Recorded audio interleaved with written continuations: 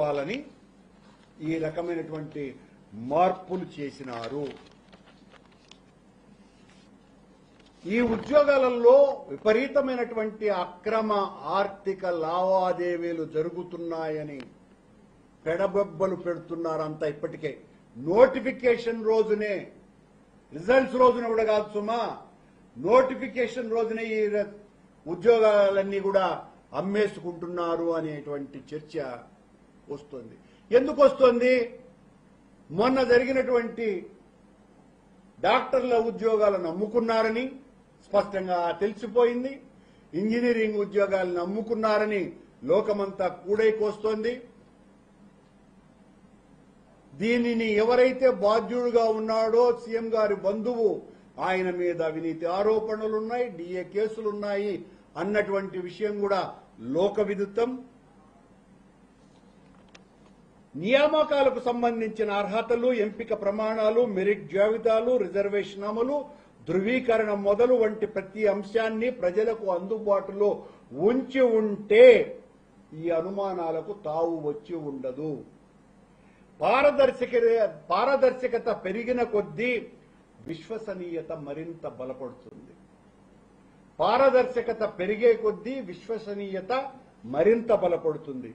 గోప్యత పెరిగే కొద్దీ గుసగుసలు, అపోహలు, అనుమానాలు, ఆరోపణలు కూడా వస్తూనే ఉంటాయి అన్న సంగతిని లెక్కే చేయకుండా ఈ ప్రక్రియ అంతా కొనసాగిస్తున్నారు.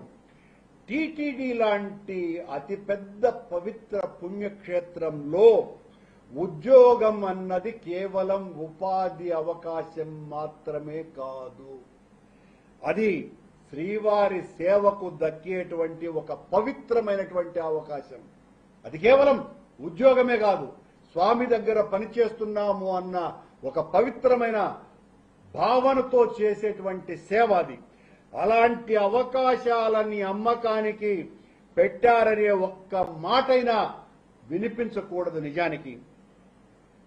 అలా వ్యవస్థ అప్రమత్తంగా వ్యవహరించి ఉండాల. కానీ ఎక్కడ చూసినా ఈ ఆరోపణలే వెల్లువెత్తుతున్నాయి. నిజాయితీని నిరూపించుకోవటం కంటే నిజాయితీపై సందేహానికి అవకాశం లేకుండా చేయటం మరింత గొప్ప పరిపాలనా లక్షణం.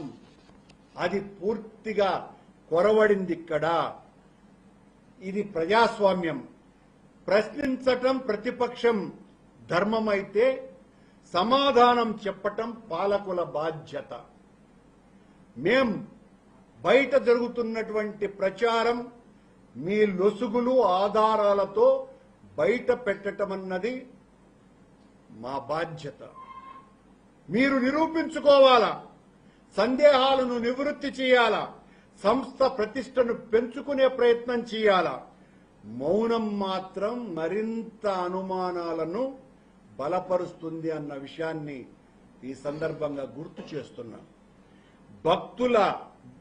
భక్తుల భక్తి, యువతుల ఆశలు, సంస్థ గౌరవం.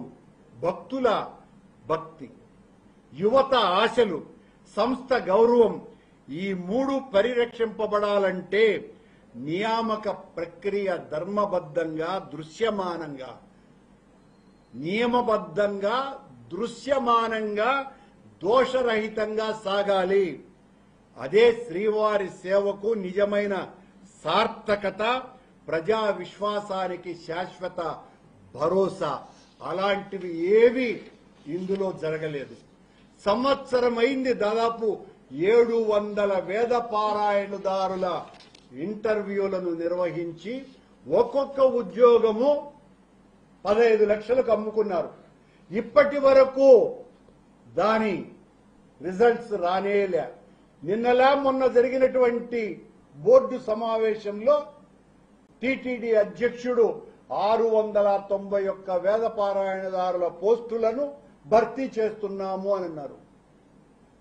అని కూడా 3 రోజులైంది. పరీక్షలు నిర్వహించి సంవత్సరం దాటింది. దీనిలో వేదాలే తెలియనటువంటి, వేద పరిచయాలు కూడా తక్కువ ఉన్నటువంటి ఆనాడు డిపిపి సెక్రటరీగా ఉన్న రఘునాథ్, అలాగే ఆయన డిపిపి సెక్రటరీగా అన్ని శాఖలకు యాజమాన్యంగా వ్యవహరించేటువంటి మేడసాని మోహన్, వీళ్ళిద్దరికి వేదాల గురించి ఏం తెలీదు. కాకపోతే మోహన్ గారు తెలుగులో వేదాలు చదివి ఉంటాడు. వేదార్థం అనేది వేరే.